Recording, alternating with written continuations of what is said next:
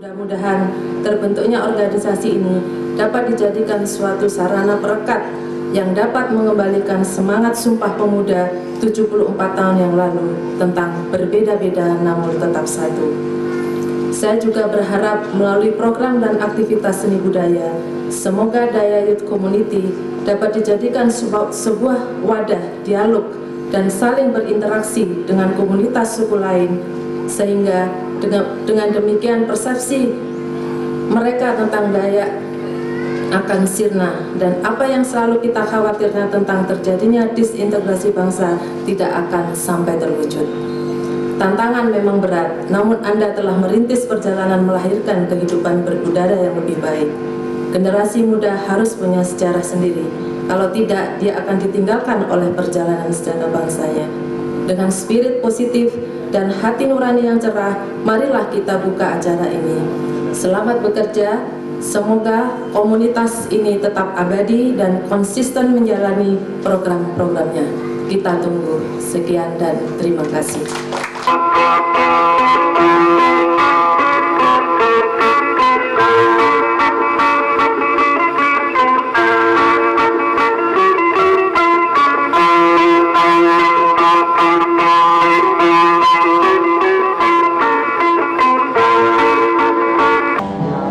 Kita akan menyaksikan beberapa bentuk yang dahulu merupakan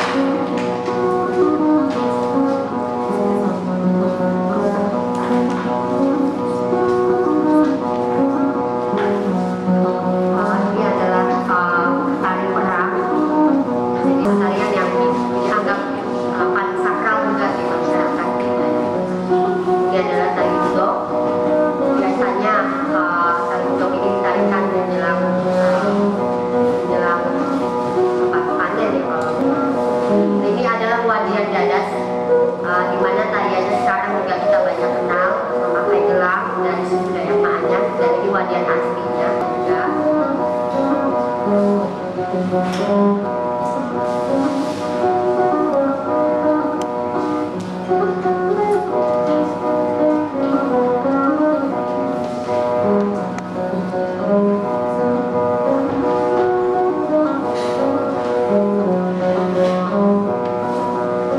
Ini adalah tato, di mana kita juga tahu merupakan salah satu ciri khas suku Dayak. Di hampir semua orang Dayak memakai tato sebagai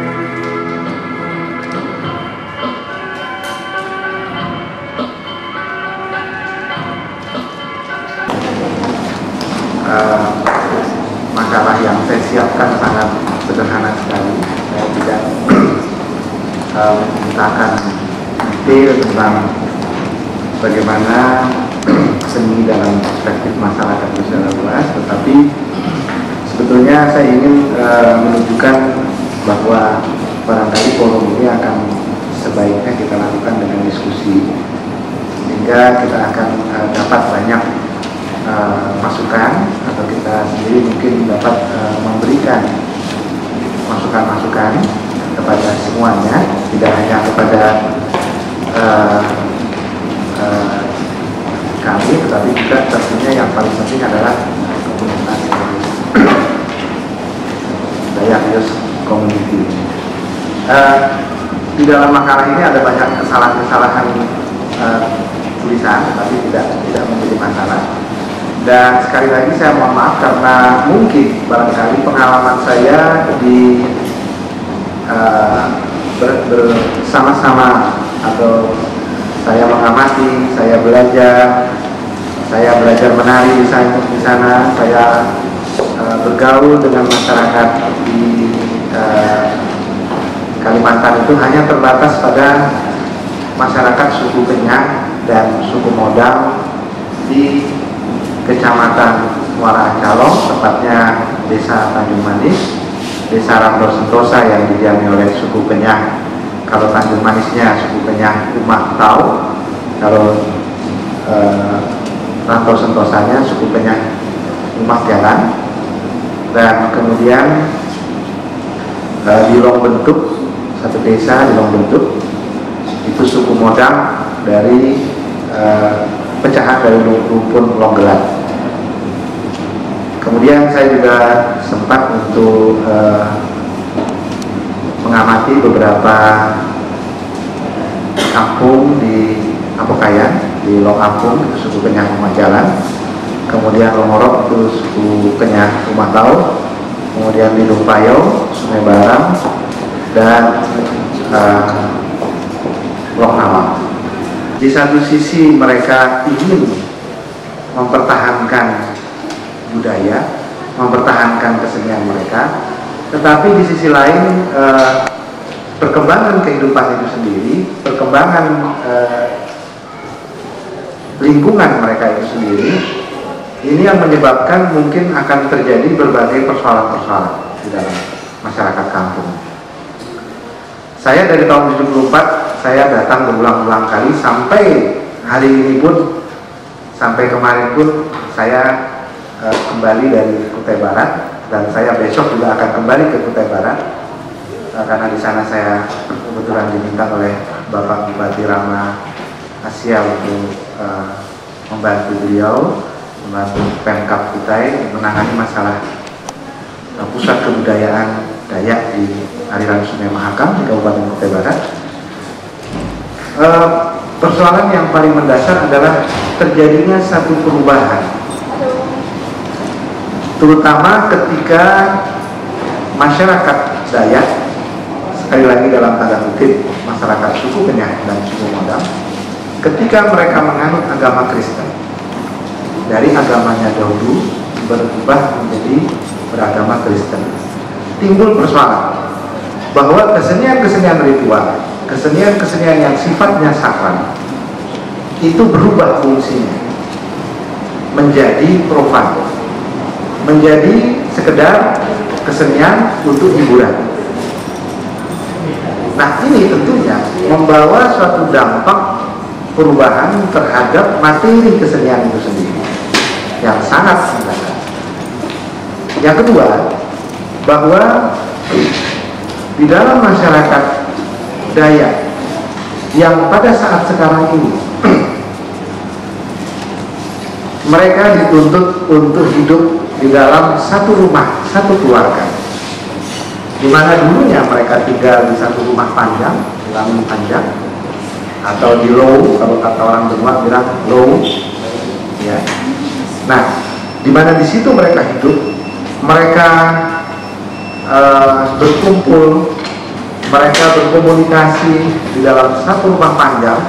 Sekarang dipisahkan dari rumah panjang itu, rumah panjang sudah sangat sedikit lagi jumlahnya, bahkan ada di beberapa kampung yang sama sekali tidak punya rumah panjang lagi. maka yang terjadi adalah perubahan yang juga sangat mendasar di dalam pola kehidupan. Misalnya saja satu contoh yang paling kecil. Kalau dulu mereka dengan kentongan, mereka langsung bisa datang karena rumah itu menyambung satu dengan yang lain. Sekarang ini kalau dipukul kentongan sudah 5-6 kali, orang yang paling ujung itu udah malas datang. Apalagi kalau hari hujan, alasannya masih ini hujan ini, kita nanti saja datangnya. Nah begitu. Jadi ikatan komunitas itu sudah, komunitas di dalam masyarakat rumah panjang itu sudah hilang. Nah, hal yang lain lagi adalah ketika rumah panjang itu tidak lagi berfungsi sebagai rumah tempat mereka tinggal, di mana mereka juga tinggal di sana, mereka membuat kerajinan di sana, mereka menganyam juga di rumah panjang itu. Mereka mengadakan pertemuan juga di sana, rapat juga di sana, mengadakan kegiatan kesenian juga di rumah panjang itu. Yang sekarang ini kita kenal adalah yang disebut lamin adat. Lamin adat itu tidak ada dalam masyarakat Kenyang, tidak ada dalam masyarakat Dayak. Jadi lamin itu dibuat besar untuk berkumpul orang banyak, untuk pertemuan saja. Habis itu mereka tinggal di rumah-rumah. Tidak ada di dalam masyarakat yang saya tahu suku Kenyang dan suku Modang itu tidak ada yang disebut dengan lamin adat. Yang adalah lo itu di mana mereka tinggal di sana dan mereka melaksanakan adat di sana, mereka melaksanakan seluruh kegiatan kehidupan mereka di sana. Itulah yang dijadikan tempat untuk mereka berkesenian. Masalah yang ketiga adalah ketika saya berada di Tanjung Manis tahun 78 selama 6 bulan di desa Tanjung Manis dan Longbentuk dan Rantau Sentosa selama 6 bulan, saya melihat bahwa ada satu hal yang ketika mereka berubah sekarang ini, mereka ingin mencari satu identitas baru di dalam kehidupan mereka. Nah kebetulan saya membawa, kebetulan ketika saya berada di sana, ada teman dari luar, dari Amerika datang ke desa itu. Kemudian kami jalan-jalan ke desa Tanjung Manis. Kemudian sebelahnya itu adalah desa Longgemar baru. Di situ adalah satu desa yang besar, resettlement penduduk, yang dibina oleh pusat dengan jumlah kepala keluarga yang besar. Kemudian Tanjung Manis, desa yang tradisional kecil, masyarakatnya sangat kecil. Kita jalan-jalan ke desa Longgemar baru. Kemudian ketemu dengan kepala kampung di desa Longgemar baru. Dia menanyakan kepada kepala kampung desa Tanjung Manis yang bernama Pak Ngam Bilung. Saya heran, dalam bahasa Kenyas, tapi saya waktu itu diterjemahkan juga. Saya heran kok orang-orang Jakarta, orang-orang luar negeri, orang dari luar negeri, dari Jepang, dari Amerika, kok suka sekali datang ke Tanjung Manis. Kami desa yang besar ini kok dilewati saja. Padahal untuk menuju ke Tanjung Manis harus melewati sungai, melewati kampung Longgemar baru. Ada apa sih sebetulnya Tanjung Manis itu? Udah masyarakatnya sedikit, desanya juga bukan desa resettlement. Nah, apa jawaban Pak Ngambil sebagai kepala kampung? Dia katakan, Tanjung Manis itu tidak ada apa-apa. Rakyatnya miskin, masyarakatnya miskin. Tetapi di desa Tanjung Manis itu masih ada orang yang menari kenyang, masih ada orang yang main sampai, masih ada orang yang main yang hendau, masih ada orang yang main kedire, masih ada orang yang membuat jatuh utang, membuat sampai, membuat kedire. Itu yang menyebabkan orang Jakarta, orang luar negeri, orang dari mana-mana itu datang ke Tanjung Manis. Di Tanjung Manis tidak ada apa-apa, yang ada cuma itu. Maka Pak Kang Bilo katakan, yang kami punya itu bahwa orang Tanjung Manis itu punya kesenian kenyang, cuma itu saja.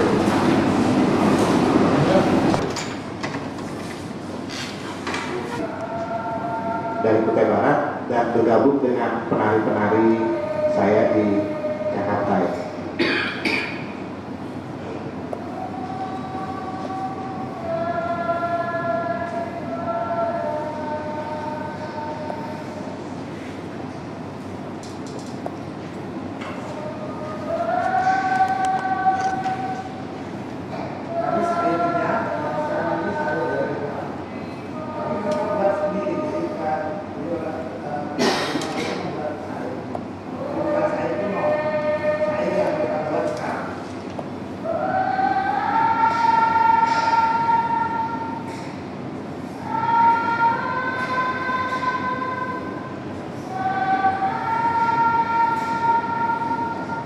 Oke, terima kasih.